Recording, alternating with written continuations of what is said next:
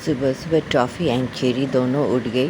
चेरू तो जाके फिर थोड़ा देर में सो भी गई। टॉफ़ी और चेरी फ्रेश होके टॉफ़ी गेट के पास थी। वहाँ पे आप किसी दिन हम आपको दिखाएंगे, इतना सुंदर सुंदर बर्ड्स आता है ना। मैं ऋषिकेश में अभी रह रही हूँ 2 साल से ज़्यादा।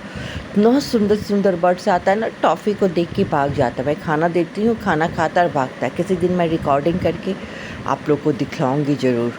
चलिए अभी मैं आपको चेरी को दिखाती हूँ कैसे सो रही है मस्ती में। टॉफ़ी तो गेट में है, देखिए चेरी अभी भी उठ के फ्रेश होके फिर सो गई।